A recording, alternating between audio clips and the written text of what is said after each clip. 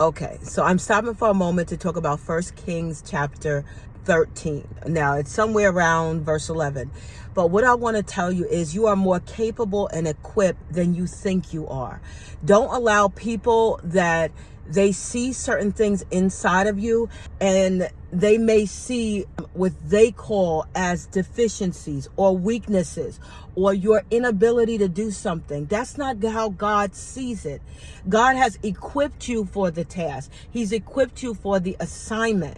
So you have to know, I don't care if it's a job or ministry or your goals personally as an entrepreneur, God has equipped you for what he has given you. And a lot of times what we do is we go to people that don't have the vision, and then they begin to say things and we let everything be predicated on that.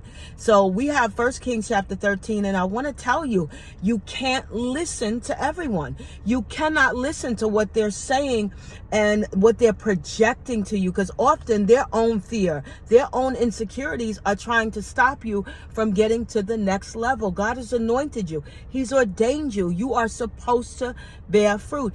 In First Kings chapter 13, here we have the old prophet and the new prophet.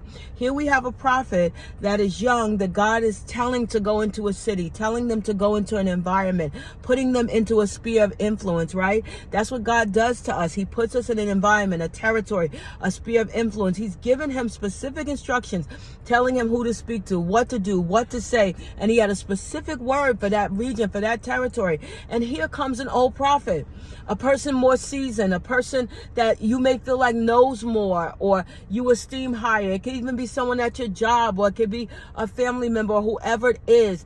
And now this old prophet begins to say, well, God spoke to me too. And he begins to talk to this young prophet, and he convinces this young prophet to sit with him and to eat with him. Now, the young prophet got specific instructions from the Lord that he's to go through this city, go through this territory, not stop, don't eat with anybody, and give this word.